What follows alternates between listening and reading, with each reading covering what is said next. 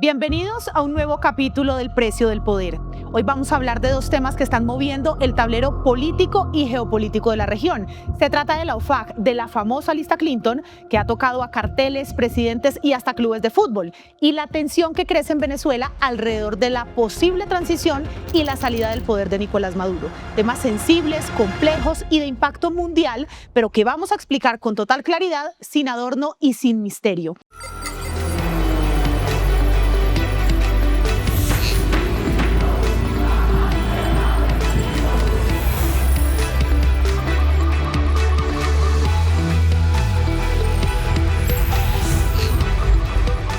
Pues hoy están con nosotros dos voces clave. Se trata de César Moreno, él es el editor internacional de Blue Radio, y Andrés Jiménez, él es abogado y exfiscal delegado contra las finanzas criminales. Bienvenidos. Doctor Andrés, César, bienvenidos, gracias por acompañarnos. Arranquemos. Pues César, contémosle a la gente de qué se trata la lista Clinton. En palabras simples, ¿qué es la lista Clinton? Es una lista negra.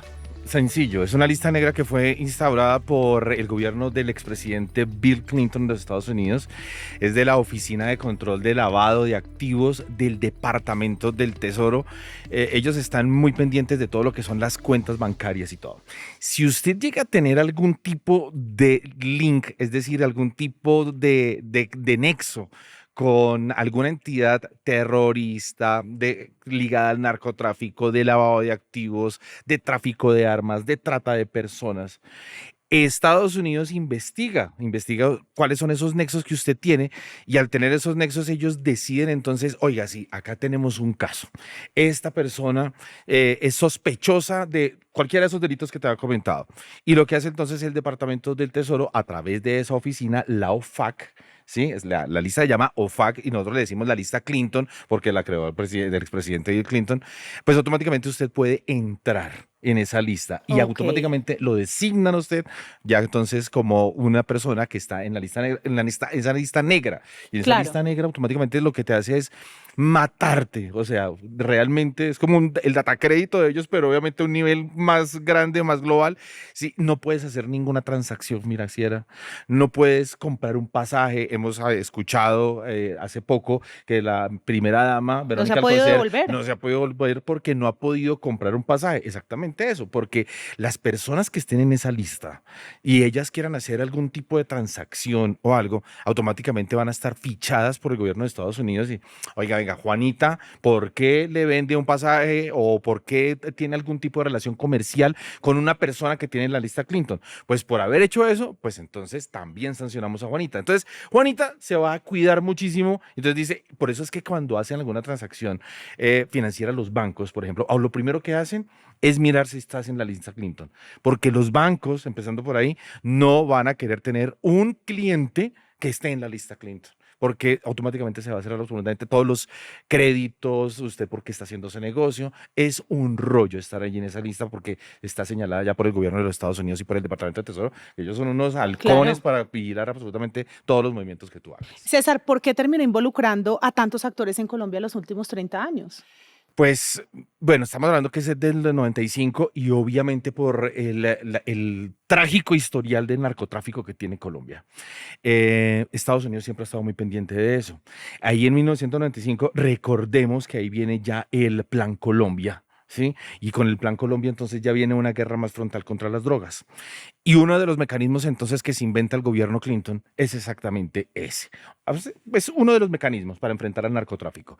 Crean esto y automáticamente empiezan entonces a meter a mucha gente. Entonces, en este momento tenemos a un presidente de la República metido en desafortunadamente, porque podemos estar o no podemos estar de acuerdo con el pensamiento, con los trinos, con lo que hace el presidente Petro, pero de todas maneras que el presidente de Colombia esté metido en una lista Clinton, en una lista negra de estas, pues es bastante lamentable porque está al nivel de Chiquito Malo, está al nivel de los Rodríguez Orejuela del cartel de Cali, del Clan del Golfo, correcto. Entonces, no es nada bueno para Colombia que alguien, y más el presidente de la República, llegue a estar allí fichado por esa lista Clinton.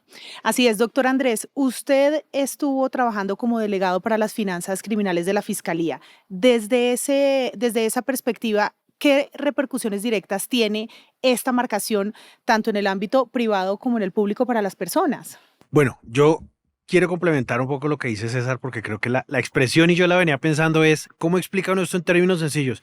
Es o un data crédito o una lista negra. Pero es que Estados Unidos tiene 38 de estas listas negras. Sí. ¿Qué quiere decir? Que la lista Clinton es el programa por narcotráfico, pero hay otras listas negras. Por ejemplo, hay una lista negra la palabra técnica es sanciones, ¿sí? Pero hay un programa de Venezuela, hay un programa de Corea del Norte, hay un programa de Nicaragua. Entonces, lo que dice César es esa lista negra que implica o ese data crédito o esa marca que implica desde el ámbito público y desde el ámbito privado. Desde el ámbito público, lo que eso quiere decir es que las personas que están en esas listas, en esas 38 listas, son consideradas una amenaza para los Estados Unidos.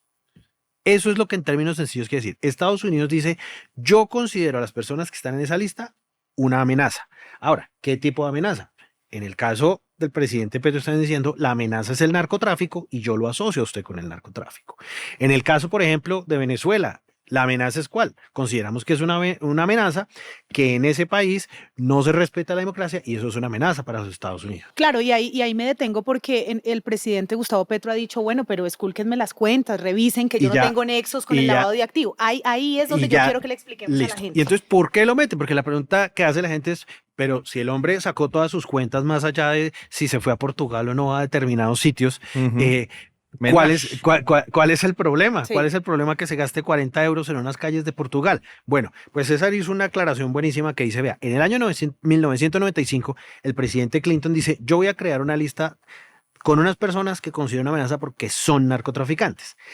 Pero en ese mismo programa, en el año 2021, el presidente Biden dijo, no solamente voy a considerar una amenaza los narcotraficantes colombianos, sino aquellas personas que faciliten el narcotráfico. Y eso lo hizo en el año 2021, fue por toda la crisis del fentanilo en Estados Unidos. Digo, todas aquellas personas que ayuden a llegar drogas a los Estados Unidos a través de acción o por sus políticas, lo considero una amenaza. Y es por esa disposición que el presidente Biden, que lo están metiendo. O sea, hay una aclaración importante para hacer. Técnicamente no están diciendo que es narcotraficante.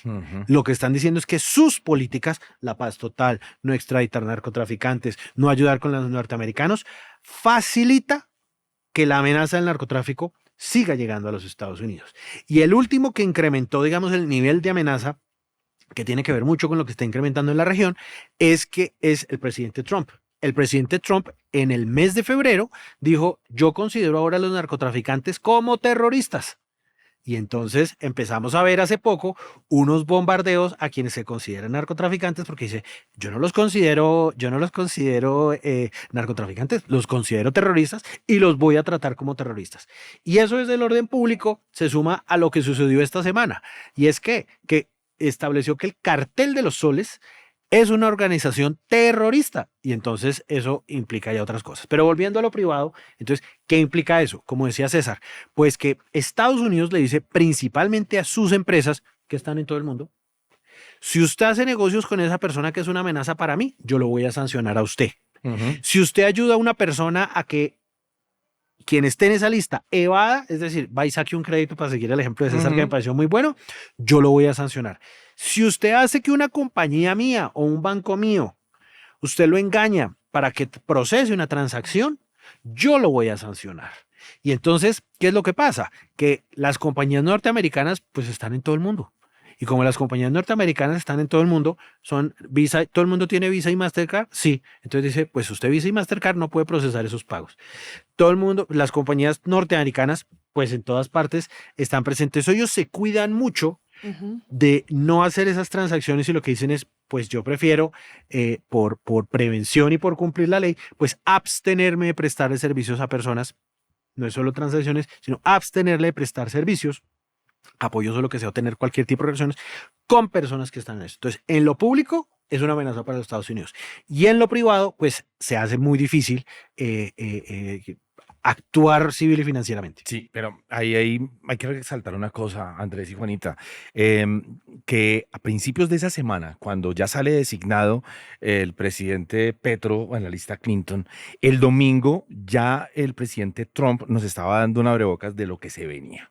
Porque él en Truth Social, que es la red social del presidente Donald Trump, coge y dice, lo que pasa es que Petro, ¿sí? El presidente de Colombia, es un líder del narcotráfico. Claro. Ahí ya lo empieza a señalar, ahí ya empieza a decir, ahí ya nos empieza a dar unas puntaditas, oiga, este es el líder del narcotráfico, y 5 días después, ya Aparece en la sale, lista. aparece la lista. Y ahí es donde yo quiero preguntarle, César, precisamente cuál es ese mensaje que manda Estados Unidos a Colombia. Es decir, ¿cómo quedamos nosotros ante el mundo con un presidente y miembros de su familia que están vinculados a la lista Clinton? Pues imagínate, para que pase eso, y Andrés me podrá corregir, o sea, es que ya el gobierno de Estados Unidos es un gobierno muy serio y estos departamentos actúan por algo. Y precisamente esta semana que sale esta investigación de Noticias Caracol, en los cuales ven y demuestran cómo el aparato del Estado está vinculado con una organización narcotraficante y terrorista, ¿sí? Como es con la de alias Calarcá, con las disidencias de alias Calarcá. Me parece terrible, ¿sí? Ahí están justificando prácticamente con esas pruebas que saca Noticias Caracol, la unidad investigativa, prácticamente están justificando la acusación de por qué metimos al presidente Petro en la lista Clinton. ¿Por qué? Porque ellos, en el argumento que ellos dan, cuando sacan ese comunicado del Departamento de Tesoro, de la oficina de OFAC, dice, mire, tiene nexos con el narcotráfico, no extradita a narcotraficantes, los cultivos ilícitos, los cultivos de coca disparados.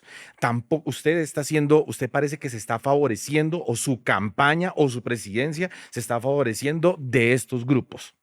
Ya está designado. Y esto pues obviamente fue una noticia mundial. ¿Por qué? Porque un presidente en estado de su ejercicio, que sea ya designado como un narcotraficante o que tenga nexos con el narcotráfico, pues es gravísimo. Y es la primera vez que sucede que un presidente de una nación claro. esté en la lista Clinton. Sí, claro, porque Ernesto Samper no estuvo, pero sí le quitaron la visa, o sea, hasta ahí llegó. A Petro le quitan también la visa por otras razones, porque hace una, digamos, una payasada, ¿sí? Que es salir a las calles de Nueva York a incitar a las fuerzas militares de los Estados Unidos a no obedecer a su comandante en jefe por una cuestión de Palestina, que también le sale muy mal a Petro, la cuestión de Palestina. ¿Por qué? Porque finalmente quien resulta ser la paz en Oriente Medio, o al menos esta tregua entre Israel y Hamás, es el presidente Trump, no es el discurso incendiario que lanza Petro en las calles de Nueva York. Entonces todo le salió absolutamente mal. Y en su viaje de regreso, cuando él ya está montado en el avión, el Departamento de Estado, que es quien regula las cuestiones de las visas, ¿sí? Coge y le dice al presidente Gustavo Petro, chao su visa. Cuando a una persona lo meten en la lista Clinton, no hay nada que hacer. Esta persona puede apelar, puede mandar una nota de protesta, ¿puede hacer algo? Sí, lo puede hacer. El doctor Andrés yo creo que sabe más, pero lo voy a poner un poquitico gráfico nada más. Claro que sí lo puede hacer. ¿Y lo puede hizo apelar. el presidente Petro? Por eso puso abogados, allá en Estados Unidos. Pero lo puede hacer. Lo que pasa es que ahí viene, hasta donde hemos leído y sabido, hemos hablado con expertos de esto, él va con su abogado y le dice, vea, la plata esta que yo tengo acá, mis cuentas, las 12 cuentas que vimos ahí en la UIAF cuando los revelan, ¿sí? Esta plata es lícita, esta plata simplemente es de mi trabajo, esta plata es que no sé qué. Él intentará demostrar que él no tiene absolutamente nada para que le dejen sus cuentas limpias. Si ya no lo puede demostrar, ya lo que se viene es un indictment por parte del Departamento de Justicia. Y entonces hay complemento. La respuesta corta a la pregunta es sí, sí se puede hacer algo.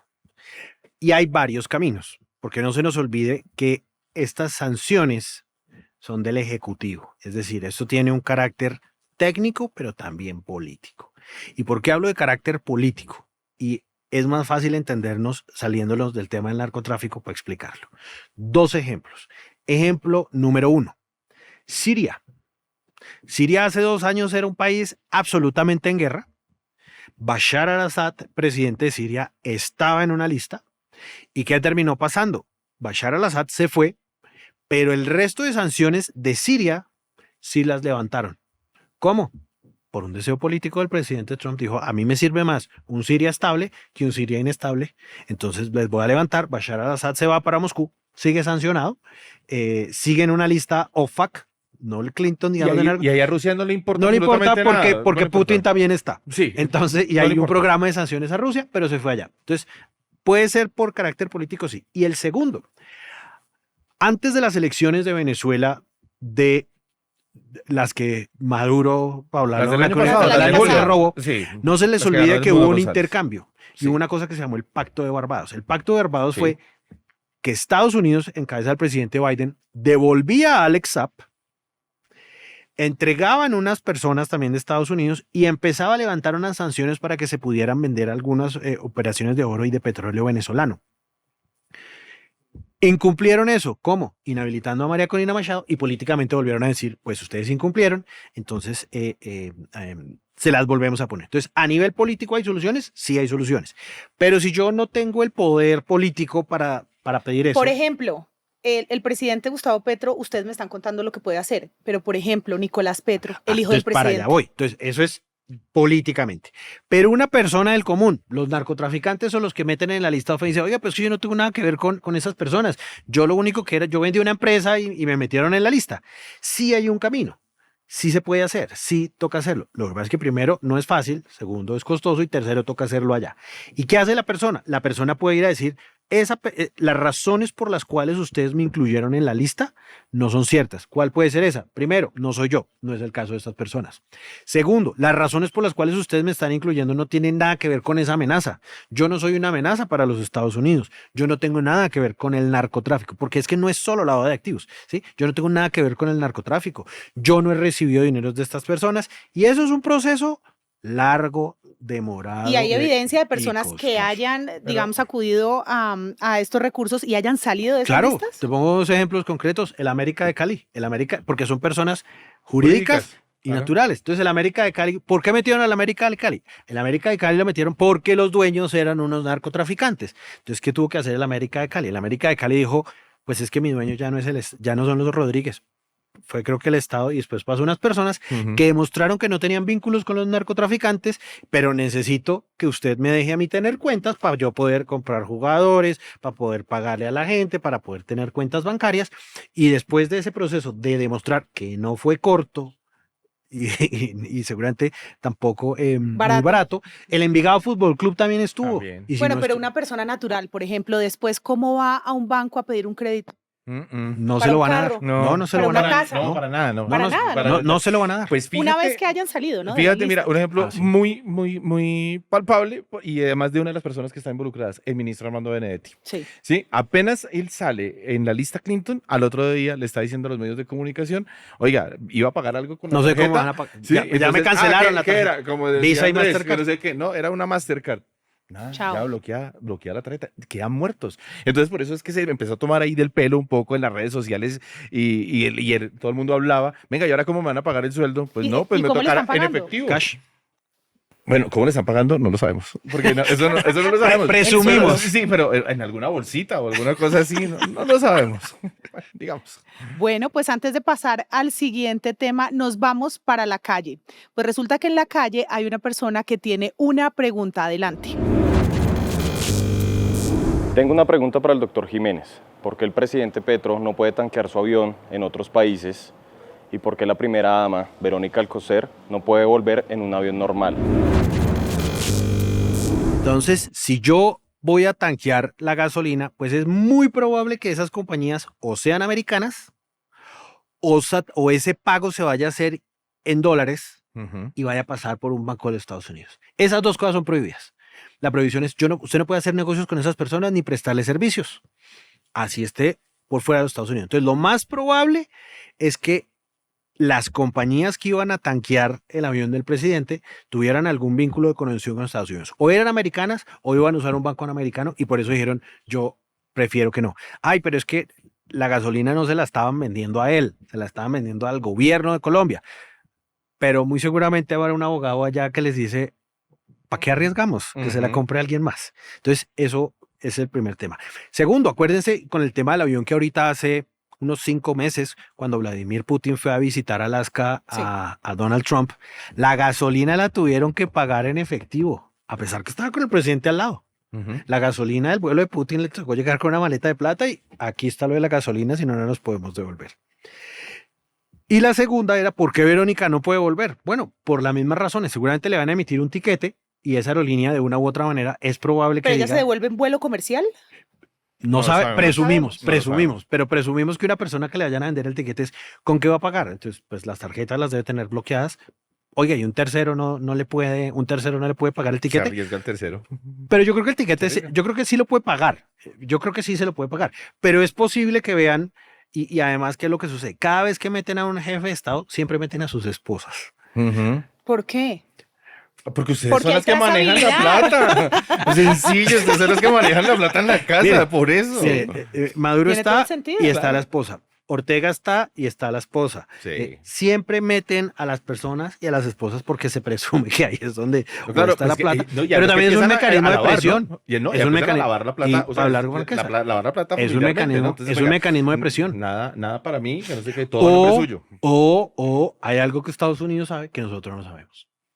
Mm. Claro, pero entonces, ¿qué hacen? ¿Quién le consigna? ¿Cómo traen a Verónica? Es que esa, Es decir, ¿cuál es digamos, esa figura que utilizan? ¿Cómo hacen si no pueden hacer? Es Acuérdate- decir, el gobierno colombiano hace una consignación. No, Ay, pero acuérdate. ¿Cómo sucede? Mira, acuérdate que el presidente Petro dijo esta misma semana que iba a hacer todo lo posible por traerse a su esposa para encontrarse con su hija. le tocará en un vuelo Exacto. humanitario. Pero, sí, recuerden que Antonella, creo que es Sí. Antonella ya apareció en el diario Expressen, ya saliendo estaban de compras ahí en el casco de Estocolmo, en el casco antiguo. Entonces Antonella ya estaba allá, porque una de las excusas que decía el presidente Petro es que quería reunir a su familia, que es que la mamá no puede ir a ver a su hija. Ya su hija ya está allá. Y eso es un movimiento que tenemos que analizar muy bien. O sea, ya están reunidos allá. Entonces, ya pudo salvar eso. Ahora la gran pregunta es, independientemente de la lista Clinton, y aquí, bueno, no me quiero meter mucho en política, ¿sí? ¿Verónica se quiere quedar allá o va a volver? Eso no lo sabemos, Juanita. ¿Y cómo va a volver? Si quisiera volver, el mismo presidente Petro ya lo había anunciado, así me toque mandar un avión de acá de la Fuerza Aérea Colombiana y traerla. Yo tengo una última pregunta antes de que pasemos al otro bloque. Nicolás Petro está en la lista Clinton. Sí, y Benedetti. Y Benedetti, pero por ejemplo, el caso de Nicolás, alguna empresa lo va a contratar. ¿Cómo le pagan a él? Le tendrá que pagar en efectivo.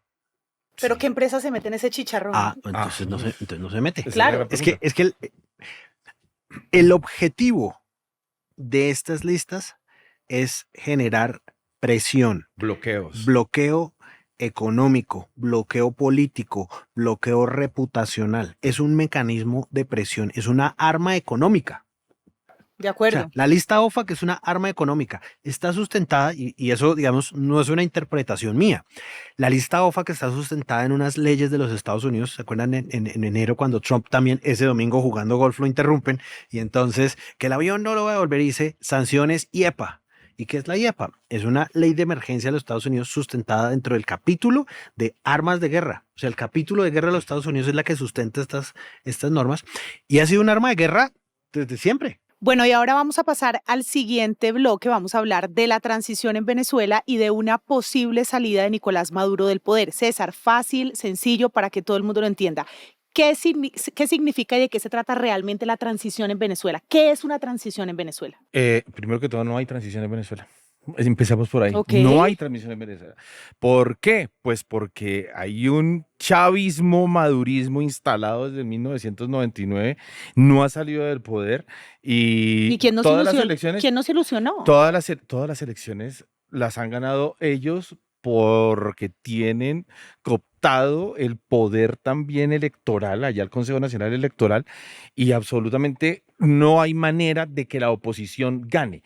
La única elección que ganó la oposición fueron para las legislativas del 2015, exactamente, que es cuando ya toman el poder de la Asamblea Legislativa, de la Asamblea Nacional Legislativa, pero muy poco les sirvió porque automáticamente Maduro les quitó todo el poder. Entonces, aquí no hay ninguna transición de poder. Ganó las elecciones Edmundo González, probado con las actas, con los observadores electorales en julio del año pasado, y ganó después vía, digámoslo, vía pupitrazo, el presidente Nicolás Maduro. Entonces no hay ningún tipo de transición. Y Edmundo González, al ver que ya le estaban armando todo un proceso por sedición, al igual que María Corina Machado, lo único que él puede hacer, porque le empezaron a perseguir a su círculo familiar, lo único que pudo hacer fue exiliarse como la mayoría de los oposición. Antonio Ledesma, Leopoldo López, Lilian Tintori, la esposa de Leopoldo, todos los que están en España o en Estados Unidos fueron exiliados porque no tenían absolutamente más nada que hacer. Por ejemplo, pero obvio, Leopoldo, Antonio, que estaban presos, se fugaron de la cárcel para poder salir rumbo a Europa. Entonces no hay ninguna transición, Juanita, todavía. Porque Estados Unidos está presionando para hacerlo a las malas, para que haya unas elecciones libres y justas. Lo que decía Andrés, sí, había un tratado de Barbados para que le levantaran la inhabilitación a María Corina Machado, pero Maduro se hizo el de las gafas y simplemente no hubo. Como siempre, doctor Andrés, ¿qué tendría que hacer realmente, qué tendría que ocurrir internamente para que la salida de Maduro sea políticamente viable? Pues yo creo que políticamente es muy difícil porque es que lo que hay es una cooptación del aparato estatal que en este momento es muy difícil revertir bajo las vías ordinarias, que fue lo que se trató de hacer en las últimas elecciones. Es decir, en las últimas elecciones la oposición hizo todo lo que tocaba por vías ordinarias para ganar. Se organizó, presentó un candidato, se la inhabilitaron, presentó otro candidato, se lo ganaron, mostró las actas y aún así no hubo cambio. Entonces, eso es un primer factor. El segundo factor Dictadura se llama. eso es una dictadura. Segundo factor que es crítico, ¿quién controla las fuerzas militares? Porque es que una cosa es que alguien diga yo me quedo y que quienes tienen el monopolio de las armas digan no.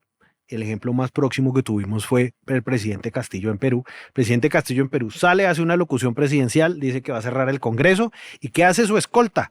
Él se quiere ir a refugiar a una embajada y su propia escolta va y lo entrega en una estación de policía. Entonces, el segundo factor es quiénes tienen el monopolio de las armas. ¿Están o no están con el régimen? Y aquí las fuerzas militares de Venezuela están cooptadas por el régimen. Entonces, tercer elemento, y es lo que no estamos viendo, pero que es medio evidente, y es... Yo creo que aquí lo que hay es también un ajedrez geopolítico a un nivel más allá de Latinoamérica. Acá hay unos intereses chinos, acá hay unos intereses rusos. Nicolás Maduro está ultra comprometido financieramente por las sanciones con China y Rusia. Y con Irán. Y con Irán. Entonces, para Estados Unidos no solamente es una amenaza el narcotráfico, es que muy cerca de sus costas de la Florida tiene muy probablemente a China, a Rusia, con las mayores reservas de petróleo del mundo, y no sabemos qué más hay. También habían otras versiones que he visto que probablemente también hay temas con Hezbollah, con el tema del narcotráfico, que es una forma de financiar. Entonces, Venezuela es un caldo de cultivo. Entonces, la pregunta es, ¿pero qué tendría que pasar? Pues yo creo que va a ser por la fuerza de la presión como lo están haciendo, y seguramente puede que algunos de estos actores internacionales que he mencionado terminen siendo claves para la salida de ellos, preservando sus intereses. Vuelvo al ejemplo de Siria. Sí, Bashar al-Assad. Bashar al-Assad, Vámonos. te vas, nosotros estabilizamos, pero se va. ¿Qué es lo más preocupante? Y el avión cargado de plata. Y el avión cargado de plata. ¿Qué es lo que tendría que pasar? Y yo creo que es la gran preocupación, no solo de Estados Unidos, sino de la región. No que tiene que pasar que se vaya, es qué va a pasar el día después y quién se va a hacer cargo.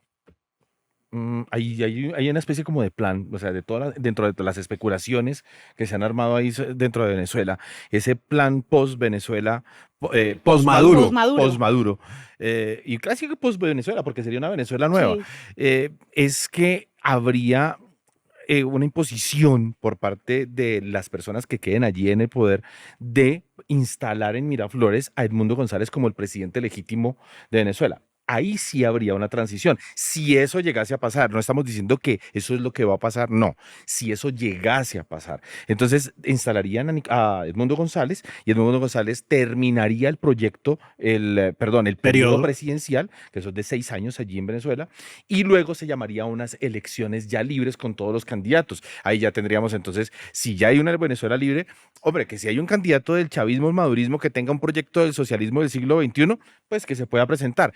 No creo que ya después de 20 y pico de años de pasar las duras y las maduras allí, yo creo que ya Venezuela aprendió la lección. Entonces podría tirar a que puede hacer una María Corina Machado, que ya tiene un respaldo por el Premio Nobel de Paz, que tiene un respaldo por los Estados Unidos, que parece, por las informaciones que tenemos, ya tiene varios acuerdos con Estados Unidos.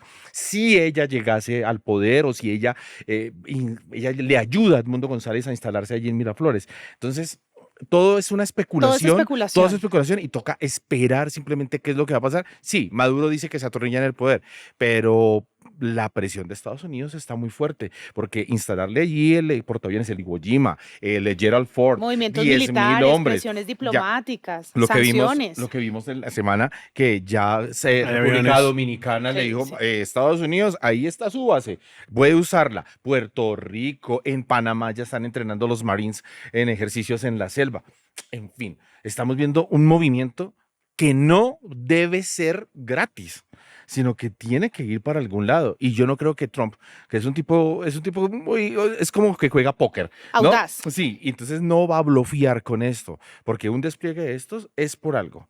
Eso mismo le hizo a Irán y en un momento a otro, ñao, le mandó el B2 y les bombardeó las instalaciones nucleares. Y esto mismo podría pasar acá. No estamos diciendo que va a bombardear Miraflores, no vamos a estar que va, no. Pero sí podría atacar bases, laboratorios de cocaína, bases de minas ilegales, minería ilegal, para demostrar que, vea, allí sí habían laboratorios de cocaína, esta gente está haciendo aquí minería ilegal, esta aquí tiene campamentos de guerrilla, ELN u otras, porque el ELN ya también es una organización terrorista para los Estados Unidos, disidencias de las FARC, ¿sí? Y eso es una demostración entonces de que los estaba protegiendo, este gobierno estaba haciendo esto, y ahí por eso es que podría bombardear. Así es, pues bueno, nuevamente nos vamos para la calle porque en nuestra sección de Vox Populi una persona tiene una pregunta. La pregunta es para César. Lo que están proponiendo es que Maduro se vaya del país y entregue el poder. Lo que discutieron es dónde está la plata y a qué país se va a ir a vivir. ¿Qué tan real es este escenario? Pues que la plata no sabemos, bueno, pues obviamente damos por descontado de que esta gente se ha lucrado del petróleo, ¿sí? De las riquezas minerales que tiene Venezuela. Voy a meter un paréntesis ahí. Hace un par de meses, salió un artículo en el New York Times, y eso fue respaldado también por el Miami Herald, que Maduro le había dicho a Trump a través de unos emisarios, vea, nosotros tenemos acá petróleo, oro, lo que quiera, ¿sí? Le damos ya la mitad de esto, de toda nuestra riqueza mineral, de nuestra riqueza petrolera, pero no nos saque del poder. Déjeme quedar aquí en el poder. De ese tamaño y de esa magnitud es el dinero que esta gente, este llamado denominado cartel de los soles por el gobierno de los Estados Unidos, maneja. Y al tener esa cantidad de dinero, pues podemos ver unos 2 aviones cargados donde llegue a salir huyendo la familia de Maduro, cargados de dinero a donde se vaya al exilio. Entonces, ¿que el dinero existe? Claro que sí existe, porque los negocios que ellos han hecho con petróleo, con Irán, con Rusia, con China, más todo el resto de cosas que han hecho con los minerales, los tienen, la plata la tienen. Ahora, ¿cómo va a salir allá? Si se va a montar en un avión, pues ya Maduro ha dicho que no. Maduro ha dicho que no, y Estados Unidos pues dice que sí, que se debería ir del poder para que haya una democracia instalada en Venezuela. Pero de ahí a que pase, pues supuestamente estamos a días, ¿sí? Pero en esto ya vamos para 2 meses, 2 o 3 meses ya que llevamos en esta mostrarnos las cartas, vamos en eso, pero todavía no ha pasado nada. Esperemos a ver qué pasa. Bueno, y aquí imaginándonos que Maduro deja el poder, ¿cómo? No sabemos. ¿Existe realmente, doctor Andrés, capacidad institucional para poder recuperar el control del Estado? O sea, ¿eso es una posibilidad? Pues es que yo creo que eso depende de los actores que lleguen, y vuelvo y repito, para mí yo creo que lo más importante después de la salida de quien esté en Miraflores es quién controla las fuerzas militares. ¿Por qué? Porque supongamos que hay una presión de Estados Unidos y supongamos que hay una presión de la comunidad internacional y todo eso, pero es que el cartel de los soles son generales haciendo narcotráfico. Los generales, la Guardia Bolivariana es la que permite que esté el ELN y toda esa retaguardia. Entonces, yo creo que si no hay unas fuerzas militares, yo creo que es una pregunta sin resolver. ¿A quién van a apoyar? Esa es una. Y la otra es, pues que todo el aparato, electoral, pues seguramente también será lo que verá respaldar una transición. Entonces, es difícil, estamos en el terreno de la especulación, pero yo estoy de acuerdo con César en lo que dice de vamos a empezar a ver cosas que nunca habíamos visto, sobre todo por parte de Estados Unidos. Si alguien hace un año le dijeran, ¿usted cree que Donald Trump va a invitar a Vladimir Putin a Alaska? Va a decir, está loco. ¿Usted cree que Estados Unidos va a bombardear las instalaciones nucleares de Irán? Va a decir, es la tercera guerra mundial. ¿Usted cree que Estados Unidos le va a decir a Ucrania que tiene que entregar un pedazo de su territorio para terminar esto? ¿Y usted cree que va a aumentar aranceles a todo el mundo casi al 100%? Es decir, ¿usted en qué planeta vive? Entonces yo creo que aquí estamos planeta Trump. en el planeta Trump. Entonces yo creo que aquí todo es posible. Todo es posible. Es posible que haya un ataque militar. Es posible que haya una salida negociada, es posible que aumente las sanciones, todo es posible, porque ya, digamos, todo es posible dentro de lo que no se ha pensado, porque todo lo que se hubiese podido hacer, como los bloqueos, las campañas, los conciertos, los repudios, todo ya se intentó, hasta la vía democrática. Entonces ya, para garantizarlo, se necesitará alguien que logre la salida a un precio seguramente muy alto y alguien que pueda garantizarlo. ¿Quién es ese alguien? Probablemente, pienso yo, China, Rusia o alguien que tenga unos intereses con Estados Unidos y que tenga poder de negociar. De lo contrario, creo que ya todo se ha intentado. Pues doctor Andrés, muchísimas gracias por acompañarnos en este capítulo del Precio del Poder. César, muchas gracias. A ustedes, Juanita. gracias por la sintonía. Sigan conectados con todas nuestras redes sociales y nos vemos en el próximo episodio del Precio del Poder.